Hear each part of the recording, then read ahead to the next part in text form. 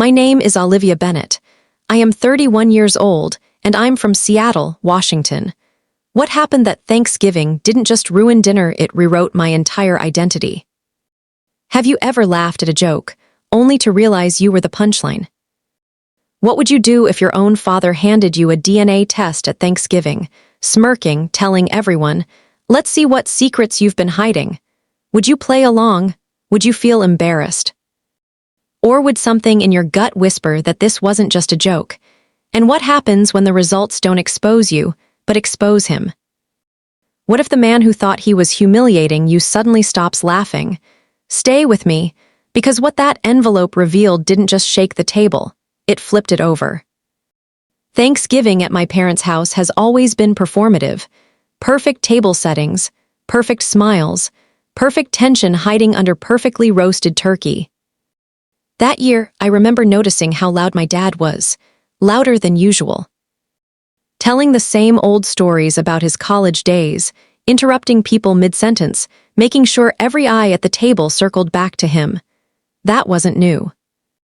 What was new was the way he kept glancing at me. You ever feel like someone's setting you up for something? Dinner was halfway through when he stood up, tapped his wine glass with a fork and said, "All right, before dessert, I've got something special." Everyone laughed. My cousins started recording on their phones. My aunt leaned forward like she was about to watch live entertainment, and then he pulled it out, a DNA test kit, still sealed. My name written across the front in black marker. The room went silent for half a second, just long enough for confusion to settle in, before he grinned and said, "Let's finally see what secrets Olivia's been hiding." Everybody laughed. Everybody except me. I forced a smile. "Very funny." "Oh, come on," he said, waving it in the air. "It's just a joke, unless you've got something to worry about." There it was, that tone. Not playful, not lighthearted, sharp, challenging. Growing up, he always made little comments about how I didn't have his nose, how my hair didn't match anyone's, how I was too different from the rest of the family, said with a chuckle, said in front of people, always framed as humor, but jokes have patterns, and patterns tell stories. My mom didn't laugh. She kept her eyes on her plate. That's when my stomach dropped, because suddenly this didn't feel random. It felt rehearsed. "Open it," my cousin shouted. "Yeah, do it live," someone else added. The cameras were still pointed at me. And my dad, he was smiling, but it wasn't warm. It was the kind of smile you give when you think you've already won, so I took the box. My hands weren't shaking yet, that came later. "You sure you want to do this?" I asked him, locking eyes. He leaned back in his chair. Why wouldn't I? The room was watching, waiting. Feeding off the tension like it was dessert. Here's the thing about public humiliation, it only works if the person feels small. And in that moment, I realized something. He wasn't trying to bond. He wasn't trying to have fun, he was trying to prove something. To who, I didn't know yet, but he needed this test. Badly. So I nodded, smiled sweetly, and said, "Okay. Let's do it." The cheering that followed felt wrong. Too loud, too eager. As I swabbed my cheek, I couldn't stop thinking about the years of subtle digs, the side comments. The way he'd say, "You sure you're mine?" and then laugh like it was harmless. Maybe he thought this was the grand finale. Maybe he thought this would embarrass me. What he didn't know was that sometimes when you go digging for dirt, you don't control what comes out of the ground. And as I sealed that DNA sample and slid the box back across the table, I saw something flash across my mother's face. Not amusement, not curiosity, fear. And that's when I knew this wasn't a joke. It was a test, just not the one he thought. If that DNA kit had been a one-time joke, maybe I could have brushed it off. But it was a pattern. Growing up, my dad had this way of planting seeds, small, almost invisible comments that didn't seem harmful on the surface. But over time, they grew roots. I was 8 the first time I remember it clearly. We were looking through old family photo albums. My cousins all had the same sharp jawline, the same dark eyes, the same thick eyebrows. I remember pointing at a picture of my dad as a kid and saying, "I don't think I look like you." He laughed. "Yeah," he said, flipping the page. "Sometimes I wonder." Everyone chuckled. I did too. But something about the way he said it lingered. As I got older, the comments got sharper. When I got into art instead of sports like the rest of the family, he'd say, "Guess that skipped a generation." When I struggled in math but excelled in writing, he'd joke, "Must have gotten that from somewhere else." At family gatherings, he'd introduce me as the odd one out, always smiling. Always playful, but always in front of an audience. You ever notice how some people only tease you when others are watching? That's not humor, that's positioning. By the time I hit high school, the jokes weren't funny anymore. They felt like accusations wrapped in sarcasm. One night, after a particularly tense dinner, I finally asked my mom about it. "Why does Dad always say I'm different?" She didn't look up from the sink. "He's just joking," she said too quickly. That was her answer for everything. "He's just joking, don't take it personally." You know how he is. But here's the thing, when someone repeats the same joke for years, it stops being accidental. In college, it escalated. I remember coming home one break and finding him studying my face while we sat on the couch. "You really don't see it?" he asked. "See what?" "The resemblance." I felt my chest tighten. "To you," he shrugged. "I mean, I don't know, people have mentioned it." What people? He never named them. He just let the idea float there, suspended, toxic, and the worst part. He'd say it in front of extended family, friends, even coworkers once at a barbecue.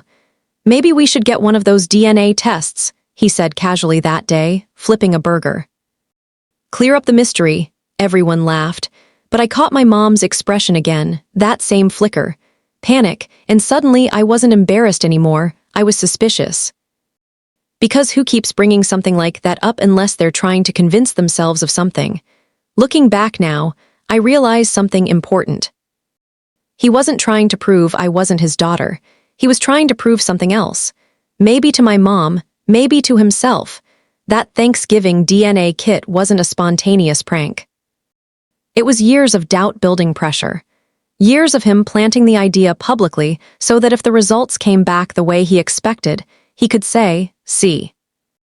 I told you." He thought he was controlling the narrative. He thought he was setting the stage. What he didn't realize. When you question someone's identity long enough, they stop trying to defend themselves. And they start quietly preparing for the truth. And I was done being the punchline. After Thanksgiving, everything looked normal on the outside. That was the strange part. No dramatic arguments, no confrontations. Just leftovers, polite goodbyes, and my dad slapping me on the shoulder like he'd just won a game. "Don't forget to mail it," he said, almost casually. Oh, I wouldn't forget. The next morning, I stood in my kitchen staring at the DNA kit box. It felt heavier than it should have, like it wasn't just carrying a saliva sample, but years of tension. I sealed it. Dropped it in the mailbox, and that's when the real game began. You'd think once the test was sent, everyone would relax, move on, forget about it until the results came in. But no. My dad started calling, not about normal things, not about work or life or how I was doing, just one question. "Did you get any updates yet?" At first, I laughed it off. "It takes weeks, Dad." I know, he'd reply quickly. "Just curious, curious." That word started to feel loaded. A few days later, he texted me a screenshot of the company's tracking page. "Looks like they received it." Why was he monitoring it? Why was he more invested than I was? That's when I stopped responding right away. Instead, I started watching. Every phone call from him felt like pressure disguised as interest. He'd bring it up mid-conversation like he couldn't help himself. "So, when do you think we'll know?" "We, not you, we." It sounded less like a family experiment and more like a verdict he was waiting to hear. Meanwhile, my mom had gone unusually quiet. No group texts, no holiday photos. When I called her, she sounded distracted, like she was constantly looking over her shoulder. "Are you okay?" I asked one night. A pause. "I'm fine." But she didn't ask about the test, not once. And that scared me more than my dad's obsession. Because if this was truly a joke, wouldn't she at least be curious? Weeks passed, and the atmosphere shifted from playful to tense. At Sunday dinner, my dad brought it up in front of everyone again. "Still waiting on Olivia's big reveal," he said, grinning. My cousin snickered. "You nervous?" I took a sip of water, calm. "Measured should I be?" He held my gaze for just a second too long. That's when I noticed something new. It wasn't confidence in his eyes anymore. It was anxiety, subtle, flickering, but there. And that's when it clicked. What if he wasn't trying to expose me? What if he was trying to confirm something he already suspected? Because people don't push this hard unless they're desperate. The waiting period stopped feeling like suspense. It felt like silent warfare. He was pacing in one corner of the battlefield. I was standing still in the other. No yelling, no drama. Just tension stretching thinner and thinner each day. And here's the twist. The more he asked about the results, the calmer I became. Because when someone is that eager for proof, it usually means they're afraid of what happens if they're wrong. And for the first time in my life, I wasn't the one feeling uncertain. He was. The email came on a Tuesday morning. No dramatic music, no thunderstorm, just my phone buzzing while I was half asleep. "Your DNA results are ready." For a second, I just stared at the screen. This was it, the moment my dad had been waiting for, the punchline he thought he had carefully engineered. My heart started pounding, but not from fear, from clarity. I didn't call him. I didn't text anyone. I opened the results alone, sitting at my kitchen table with a cup of coffee that had already gone cold. The first thing I saw was the ethnicity breakdown. Nothing shocking there, a mix that made sense. Then I scrolled, and that's when the air left my lungs, because the parental match section didn't say what I expected. It didn't say possible non-match the way he had implied for years. It didn't question me, it questioned him. The test connected me to relatives I had never heard of on my father's side, cousins. Aunts, a biological trail that didn't align with the man who raised me. I reread it 3 times. There was no dramatic red warning sign, no flashing headline, just quiet clinical data. But the implication was loud. If I didn't genetically connect the way he expected, then the secret wasn't mine. It was his. I sat back in my chair, my hands suddenly steady. All those years of jokes. All those public comments, the smirks, the "are you sure you're mine?" What if he had been projecting? What if the doubt he planted in me was actually doubt about himself? I didn't confront him immediately. No, that would have been too easy. Instead, I waited for Sunday dinner. He walked in confident like always, shook my brother's hand, kissed my mom on the cheek. Sat at the head of the table like a king waiting for court to begin. Halfway through dinner, he couldn't take it anymore. "So," he said, cutting into his steak. "Anything come in yet?" The room went quiet. I looked up slowly. "Yes." Forks paused midair. My cousin leaned forward. My aunt raised her eyebrows. My mom's knuckles turned white around her glass. And my dad, he smiled. "All right then," he said. "Let's hear it." You could feel the anticipation, the hunger for drama. I folded my napkin carefully and placed it beside my plate. "Well," I said evenly, "it confirmed something." His grin widened. And it turns out the connection isn't what you thought." Silence. The kind that presses against your ears. His expression shifted just slightly. "What does that mean?" he asked.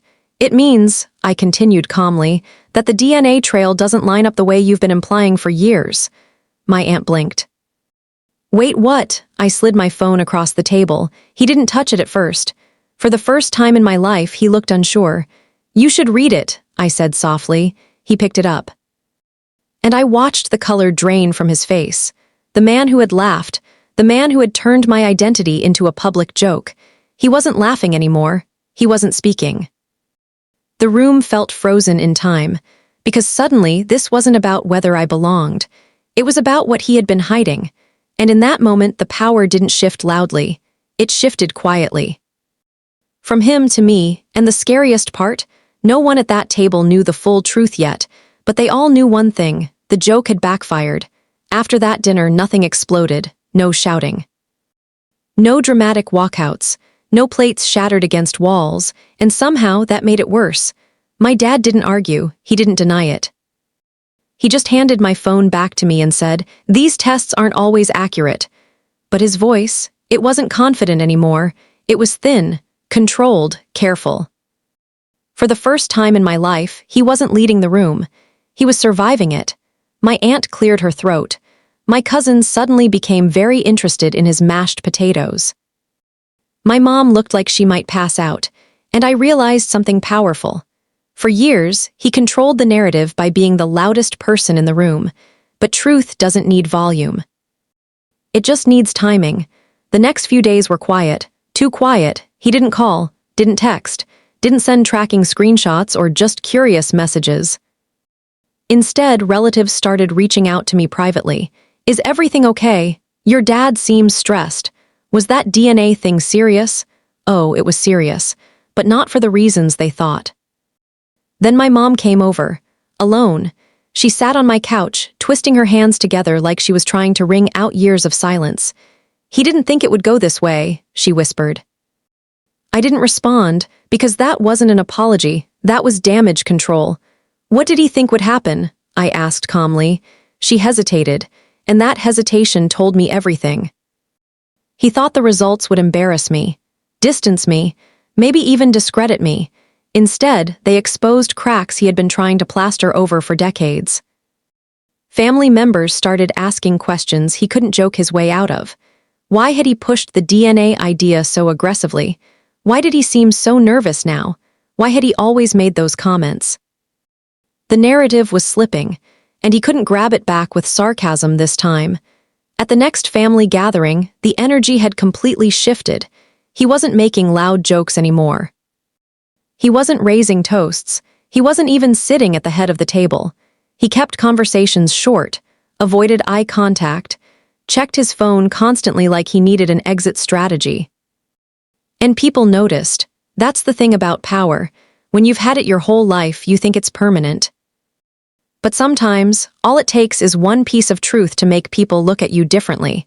And once they do, you can't unring that bell. The biggest shift wasn't in him, it was in me. For years, I had laughed off the jokes, shrunk myself at family dinners, wondered if maybe I really was the odd one out. But now I understood something. He needed that doubt more than I ever did. Because as long as he could question me, no one would question him. The DNA test didn't just reveal genetics.